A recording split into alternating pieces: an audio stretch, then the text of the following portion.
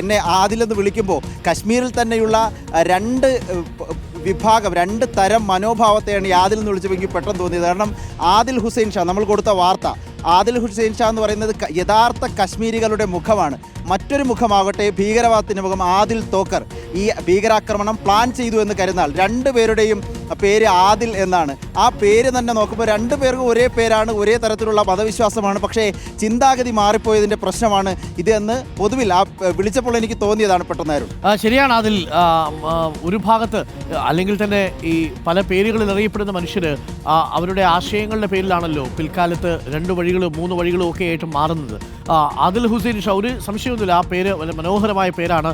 അവരുടെയൊക്കെ തലച്ചോറിലേക്ക് തിരികെ കയറ്റിയിരിക്കുന്ന മതപരമായ ചിന്തകൾ അതിനെ തെറ്റായി വ്യാഖ്യാനിക്കുകയും അതിനെ ഹിംസാത്മകമായിട്ട് ഉപയോഗിക്കുകയൊക്കെ ചെയ്തപ്പോഴാണ് ഇതൊക്കെ സംഭവിച്ചിട്ടുണ്ടാവുക.